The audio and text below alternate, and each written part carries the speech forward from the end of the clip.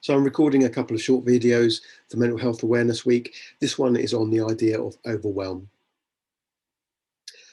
You don't have to have a mental health condition to feel overwhelmed. You don't have to be doing a lot to feel overwhelmed. But if you do feel overwhelmed, even remotely at the moment, understand that there's a myriad of reasons why you might be feeling that way.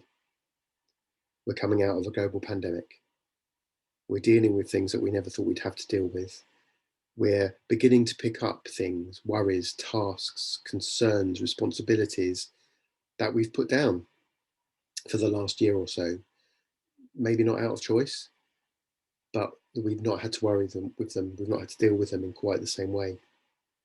And as we emerge blinking into the new sunlight, as we try and remember what it is to travel, to re-engage with people in our places of work, to have those relationships that aren't just online, there's a lot of pressure going on. There's a lot of stuff going on in your head. It's no wonder you feel a bit overwhelmed. Overwhelm comes often when we are stressed. Our body physiologically responds and takes us into the fight or flight reflex, sometimes fight or flight or freeze. And this dates back thousands and thousands of years when we were cavemen and women. And we would hear the roar of a saber-toothed tiger outside the cave, and we would think to ourselves, I've got to do something here. What is it that I've got to do? And our body gets ready to do the things that were available to us back then, which was to fight the thing or to run away from the thing. And our bodies respond physically. The higher brain function shuts down because the brain is concentrating on making sure that our muscles are ready, that our breathing is deep enough, getting enough oxygen that goes to our muscles so that we can run or we can hit.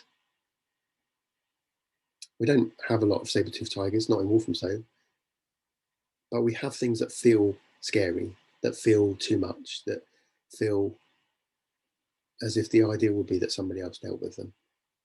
And our body responds doing fight or flight or freeze.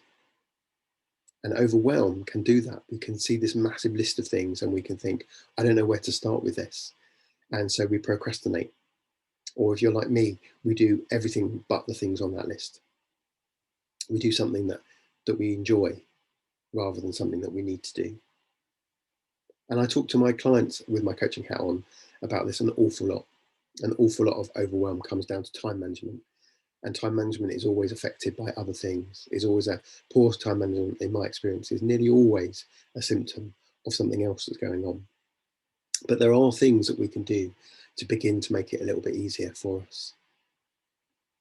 Have a chat with somebody, write something down, record your own voice, record your thoughts somehow. List everything that you think you've got to do. That's going to feel scary. That's going to make it feel like the overwhelm is even stronger to start with, because you're suddenly going to remember things that you've been forgetting about. But what you can do when you've got that list is you can put it into relatively neat piles of this must get done.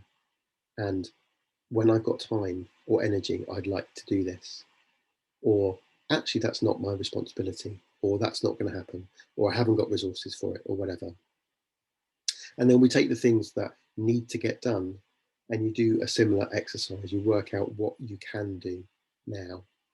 Sometimes we have too many things to do and you just have to learn to say no, or find somebody who can help you carry the weight, or find a reason that you can delay the decision or the responsibility in some way, because you can only do the things that you can do.